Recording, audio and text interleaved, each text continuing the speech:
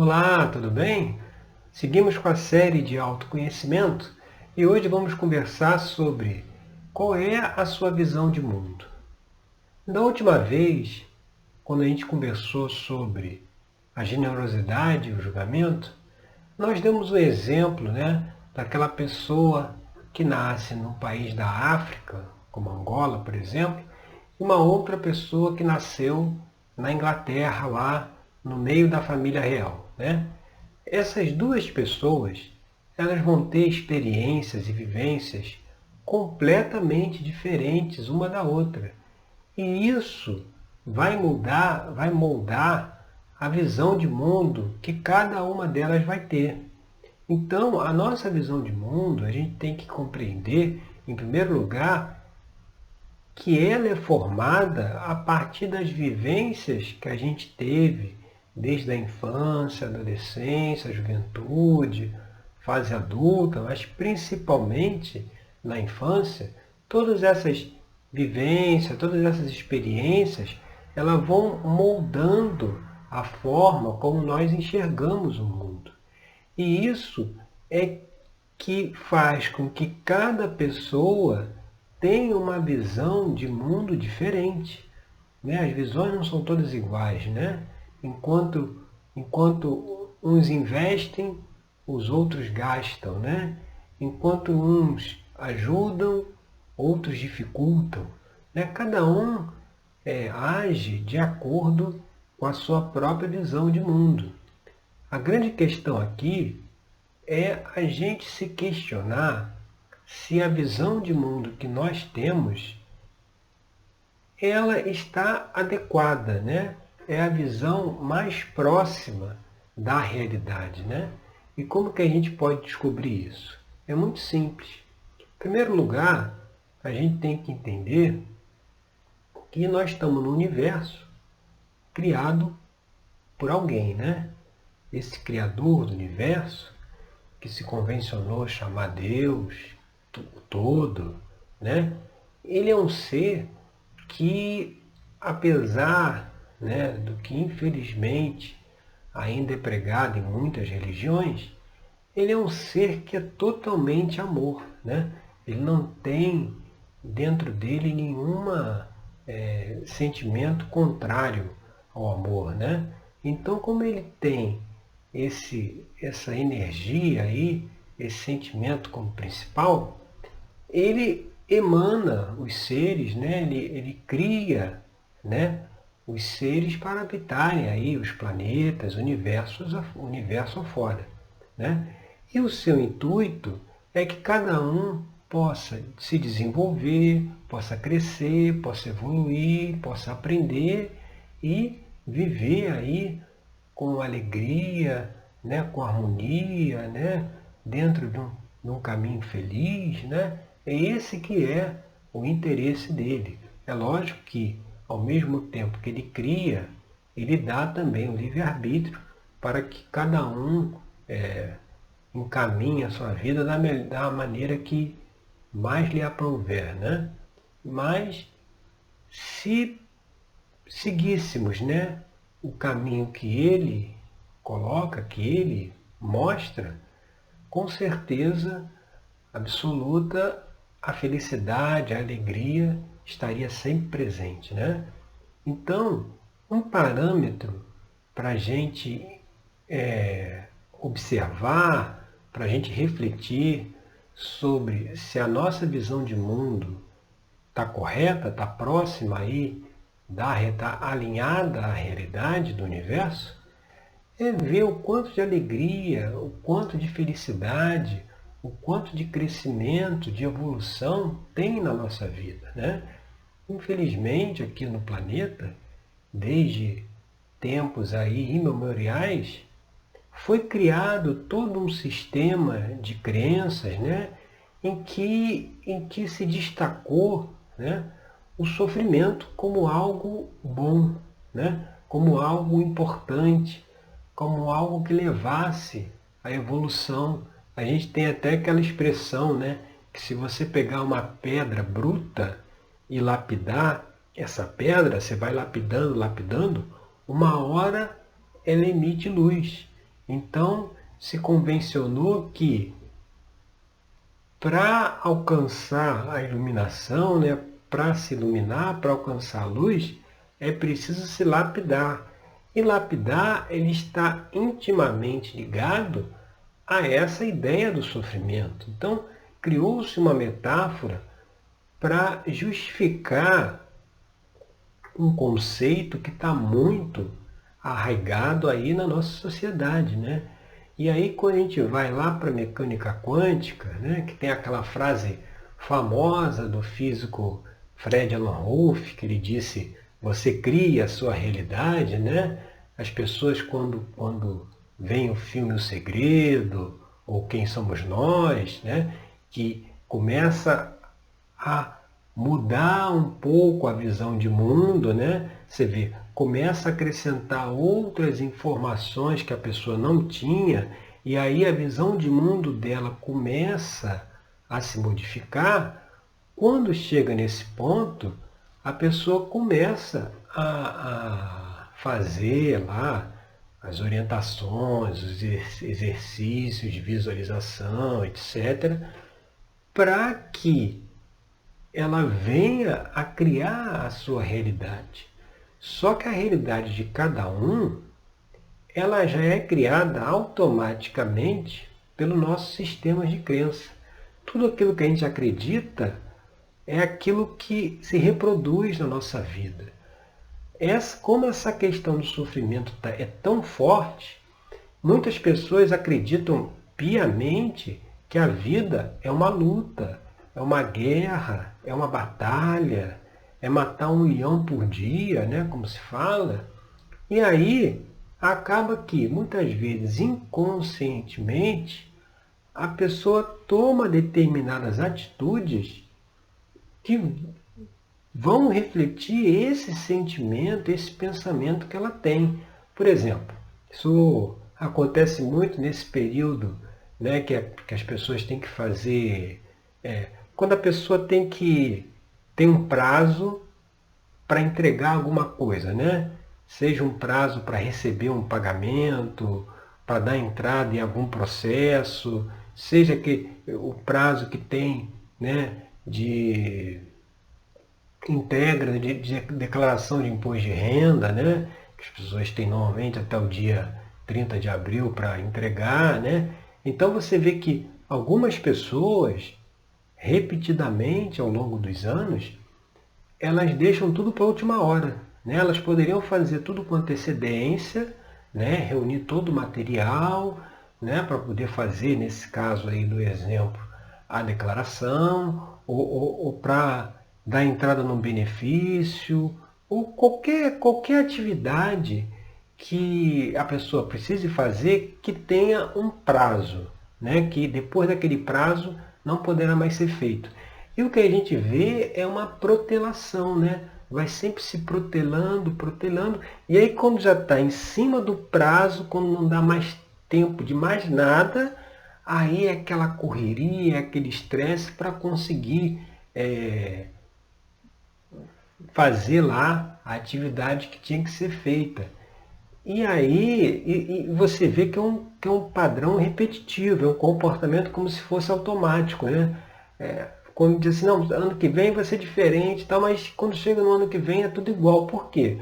Porque isso está baseado em crenças. E se a pessoa tem essa crença que a vida é matar 1 leão por dia, né?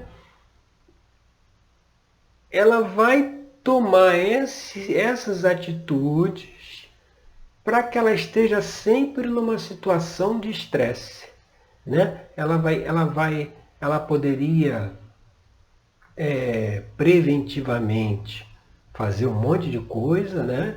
Ela poderia tomar diversas atitudes, seja em relação ao trabalho, à casa, aos bens que ela tem, qualquer coisa que preventivamente ela poderia tomar algumas ações para evitar qualquer problema futuro. E aí a pessoa não toma essas ações, né? Mas isso está baseado justamente nesse sistema de crenças, né, que a pessoa teve, que faz com que ela ao acreditar que a vida é um sofrimento, né, que a gente está aqui para sofrer, e você só evolui através do sofrimento, né, que vai dilapidando e assim consegue evoluir, né, quando na verdade, vamos pegar um exemplo, se você tem duas pessoas que se aposentaram, vamos dizer, com 60 anos, né? E vamos dizer que elas vão viver ainda mais 30 anos, só vão fazer a passagem lá com 90 anos. Então, vamos dizer que essas duas pessoas, uma delas fica em casa, não faz nada, só fica vendo televisão, aquela coisa cotidiana, né? Vai na rua, no mercado e volta, mas não tem nenhuma atividade, não tem nenhum trabalho que seja produtivo, de evolução, de crescimento, que ajude outras pessoas, nada. Ela vive mecanicamente, né? E aí você tem uma outra pessoa que se aposentou também no mesmo período, mas aí ela começa a fazer trabalhos voluntários, ela começa a estudar, ela começa a se desenvolver, né? Agora que ela tem mais tempo livre, ela dedica esse tempo para o estudo, para o crescimento, para a ajuda, né? Para ajudar, lembra que o que a gente conversou da outra vez, da generosidade, né? A pessoa começa a fazer isso. Então, uma fica 30 anos no automatismo dentro de casa e o outro fica 30 anos ajudando e se desenvolvendo.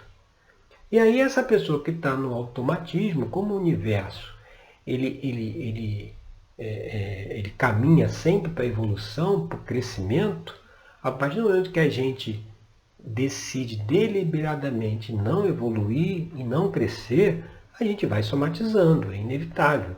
E aí as somatizações aparecem, né? Aí a pessoa adoece. Vamos dizer que lá com 80 anos a pessoa caiu de cama, né? E o outro lá que está fazendo o trabalho voluntário, que está ajudando, que está estudando, se desenvolvendo, está lá ativo o tempo todo. E aí quando chega aos 90, os dois desencarnam, né? Os dois fazem a passagem. E aí, se você for analisar, né, por essa lógica do sofrimento, esse camarada que ficou aí dos 80 aos 90 de cama, né, pelas somatizações, um sofrimento, tendo que ser cuidado pela esposa, etc., esse sofreu muito mais do que o outro lá, né? E quem é que evoluiu nesse caso, né? Quem é que avançou rumo à iluminação? É lógico que foi o primeiro. É lógico que foi aquele que não sofreu. Por quê? Porque ele fez o bem, ele ajudou. Ao ajudar, ao fazer o bem, ele está emanando uma energia positiva e está recebendo essa energia também, ele está se desenvolvendo, ele está ganhando. Toda vez que você ajuda, você ganha créditos, né? Toda vez que prejudica, são débitos. Ou quando não ajuda também, né? Está debitando. Então, esse simples exemplo aqui, ele já joga por terra essa visão de mundo de sofrimento, de luta. Porque você vê, não vai ter como essa primeira pessoa que trabalhou, que se aposentou, se dedicou, fez trabalho e tal, não vai ter como ela ter a mesma evolução, a mesma consciência, o mesmo estado vibratório, vamos falar assim, do que esse outro que só ficou dentro de casa e nos últimos 10 anos só serviu para dar trabalho para os familiares, preocupações, né? Porque ele não fez nada de útil, de produtivo para ele e para os outros, né? Então como é que esse aí poderia estar na frente, né, do primeiro que fez algo de produtivo? Então, o convite aqui dessa reflexão da visão de mundo é a gente avaliar tudo aquilo que a gente escutou na infância, né? E toda, como eu já falei, essa visão aí do todo, né, do Criador, como sendo um ser que castiga, isso aí está muito entranhado aí em muitas religiões e virou até uma forma de falar já do cotidiano, né? Os pais dizem para o filho, né, para ameaçar os filhos, né? olha, não faça isso que papai do céu castiga, né?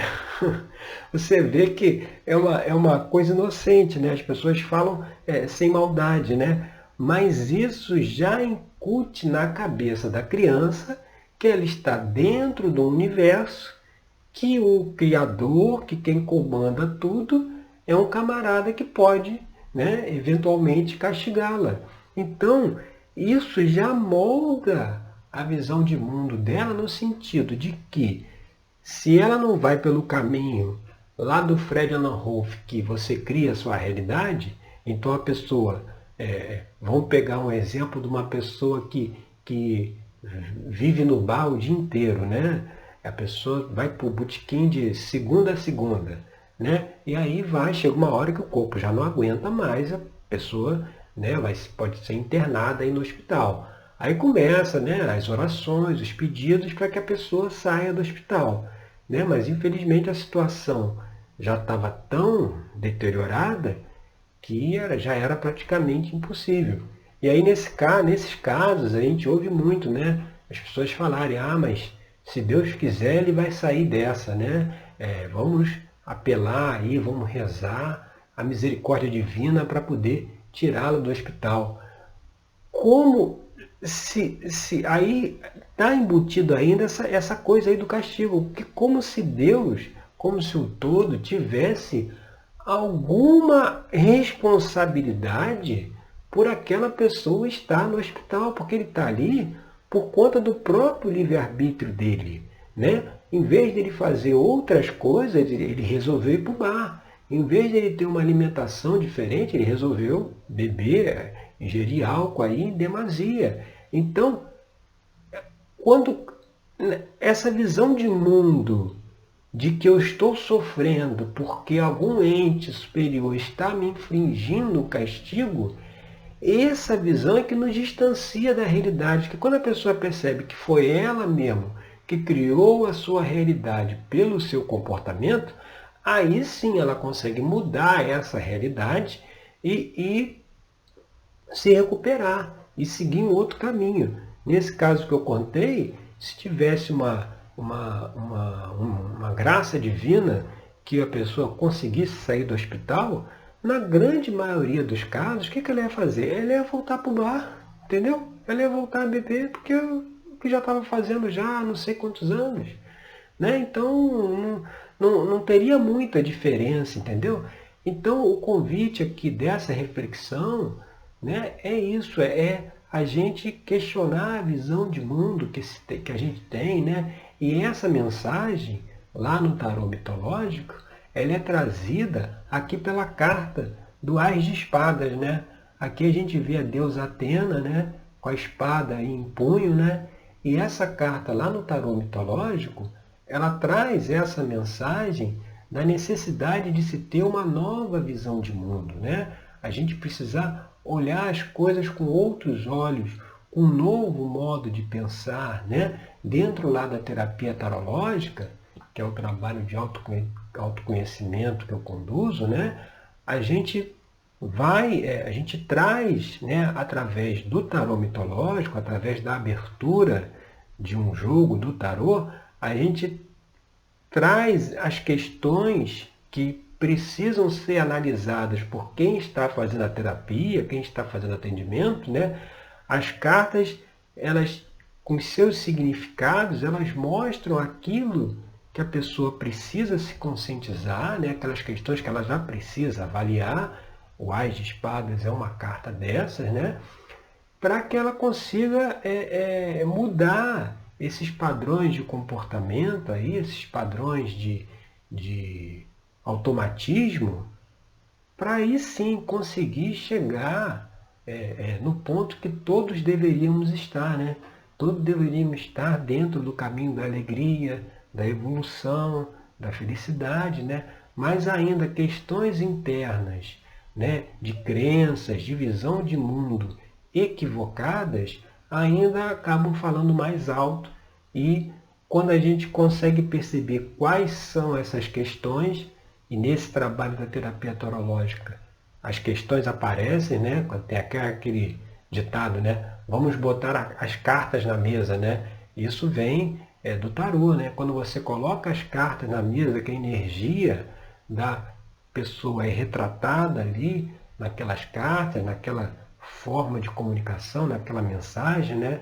Quando a gente utiliza essas cartas do tarô mitológico, a gente utiliza isso como uma ferramenta de análise, isso vem à tona, né? E aí a gente consegue trabalhar e a pessoa consegue se conscientizar das questões que precisam ser observadas. Aqui na descrição você pode acessar o link que te leva lá para o meu site, onde tem toda a explicação de como funciona essa terapia tarológica, tá certo? Eu agradeço aí pela sua audiência. Meu nome é Rodrigo Cruz, eu sou terapeuta tarológico, e até o nosso próximo encontro com mais uma reflexão aí para o nosso dia a dia, tá certo? Obrigado.